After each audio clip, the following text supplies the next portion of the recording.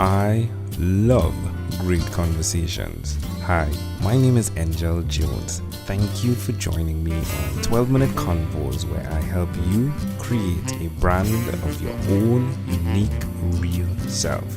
Listen in as I have conversations with amazing people from all over the world. Good night, Sharon Sayler. How are you going on this wonderful, beautiful night? I'm well. It's great. Yeah. What The part moon of the is world? Oh, the moon is full. Yeah, it is full. What part of the world are you in right now? The Pacific Northwest. All right. And which of your talents is responsible for us connecting at this time? Oh my goodness. I think my body language skills. Yeah. Coaching skills. Yeah, and your podcast skills. Well, the radio, that program that you put out on podcast as well. Yeah. Yes. Yeah. The autoimmune hour. Yeah.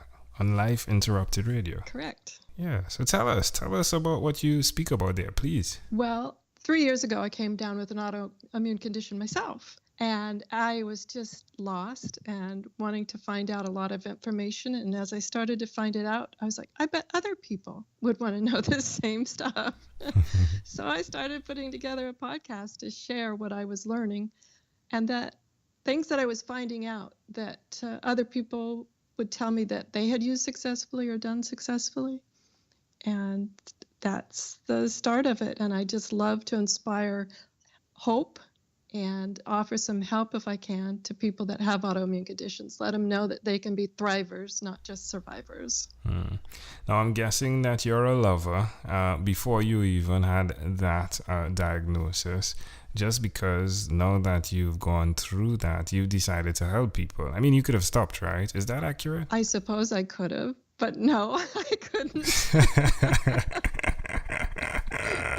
That wasn't ever really an option. I was so driven because I was so frustrated with what I had been told by the medical community that it was going to be lifelong, just get used to it. And I refused to accept that. And so I thought, oh my gosh, what if other people are accepting that?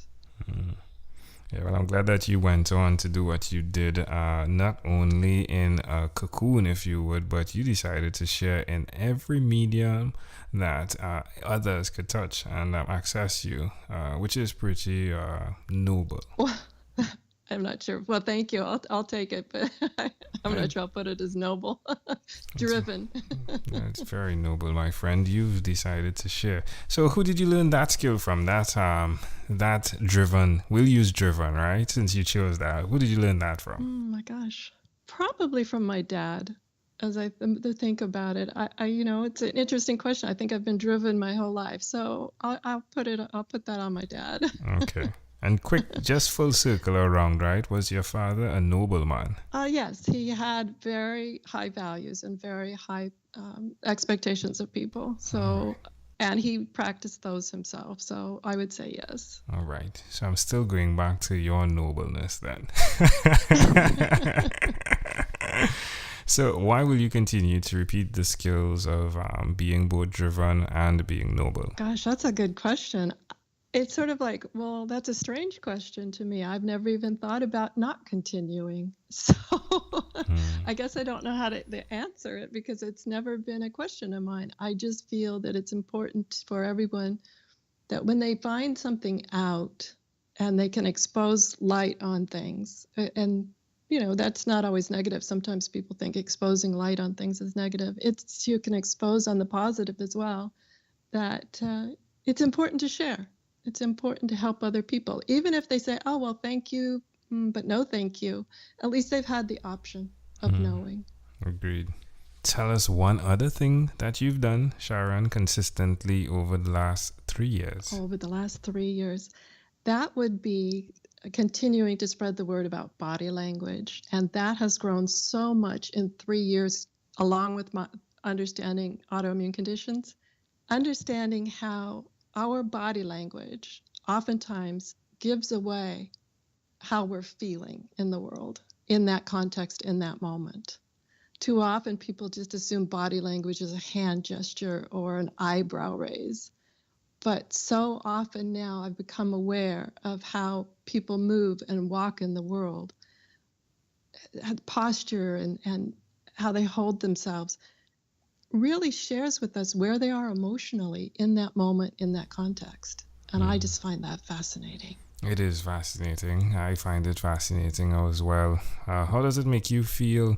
Or in fact, before I ask you that question, so you are definitely the person that you're looking at others and you're judging songs harsh, right? But you're judging their actions. Do you follow? No, I don't consider it judging. Yeah. I always put it in this file folder in my brain. Isn't that interesting? Okay. Because I'll watch patterns, I'll see things, but I don't know. I mean, they could have a tummy ache, or their arms could be crossed over their belly because they have a tummy ache, or they're shutting me out. I don't know. So I just always put it in my brain, and isn't that interesting? And wait for confirmation. Yeah. So you've answered the question before I asked it. Yeah, you're good. Yeah, because no, I was just wondering. I think that most definitely it's like a sixth sense you have, but it definitely needs to be follow up with. Am I correct? Yes, I think 20 years ago when I met my mentor in nonverbal communication, I was drawn to it. So I think I had an innate talent for it. But he's the one who taught me patience and put it into that interesting file. Don't judge. There's no judgments here. Yeah. Wait for patterns, wait for context, wait for more content before you begin to make any sort of understanding of what's happening. Agreed. Yeah. Just wanted to clarify that for those that are listening in the amazing audience. So how does it make you feel to be right about the thing you thought the body movement indicated of someone else? How does that make you feel? Humbled, really humbled. I do. I think honored as well as similar to the autoimmune hour on Life Interrupted Radio.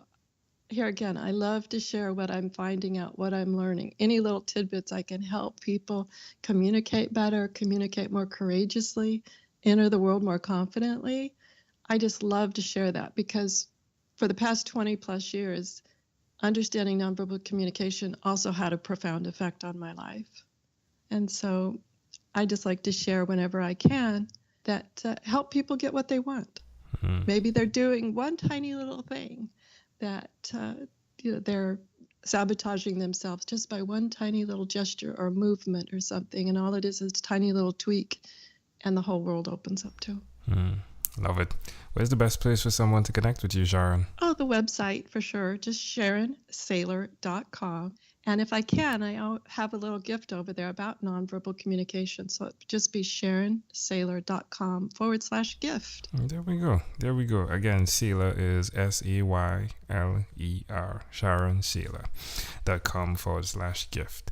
Well, Sharon, let's switch gears for a moment now, and let me invite you into my time machine that is surrounded with beautiful, warm, blue Caribbean water.